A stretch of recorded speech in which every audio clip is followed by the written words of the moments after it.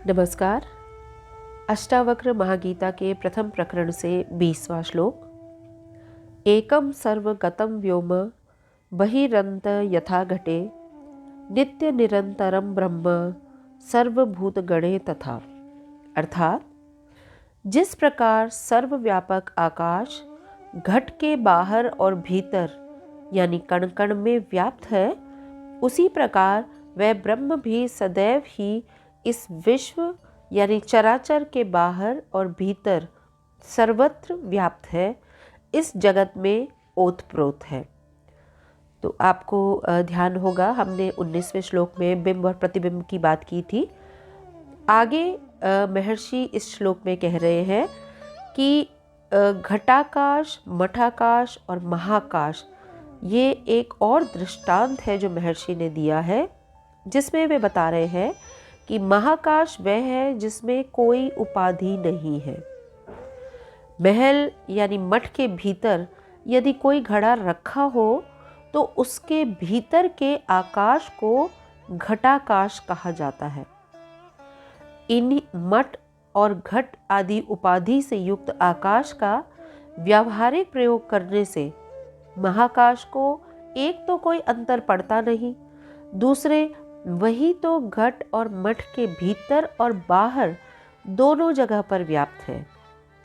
यदि और गहरे में सोचे तो घट और मठ की परिधि के कण कण में भी वही आकाश व्याप्त है। बिल्कुल इसी प्रकार वह परमात्मा प्राणियों के बाहर भी है और भीतर भी है। इस श्लोक को समझने के लिए हम एक और दृष्टांत भी ले सकते हैं। जैसे मनुष्य शरीर हम सभी जानते हैं कि पंच तत्वों से बना हुआ है और उन्हीं पंच तत्वों में से एक तत्व आकाश तत्व है। तो वह आकाश तत्व जो हमारे इन पंच तत्वों में सम्मिलित है, वह कोई और आकाश नहीं होकर के इस सृष्टि का जो आकाशीय तत्व है वही तत्व है।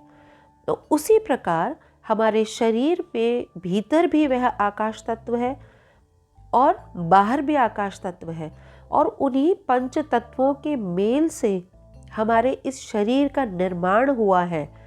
तो ये हम समझ सकते हैं कि हमारे शरीर के हर कण कण में उस आकाशीय तत्व की भी उपस्थिति है। तो न सिर्फ शरीर, इस सृष्टि के सारे कण कण में, पूरे ब्रह्मांड में उस आकाशीय तत्व की उपस्थिति व्याप्त है। तो उसी को महर्षि समझाना चाह रहे हैं कि बिल्कुल इसी प्रकार यही परमात्मा प्राणियों के भीतर भी है और बाहर भी है, यानी सब जगह परमात्मा की ही उपस्थिति है।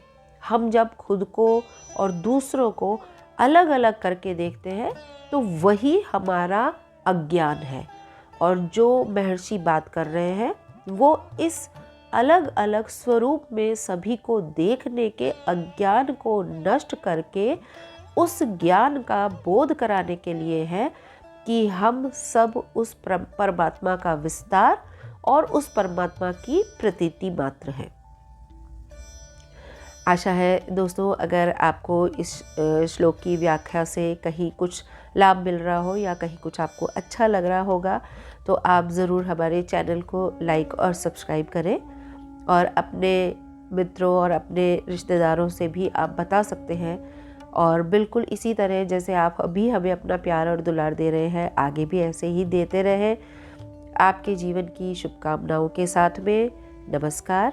हरिओम तत्सत।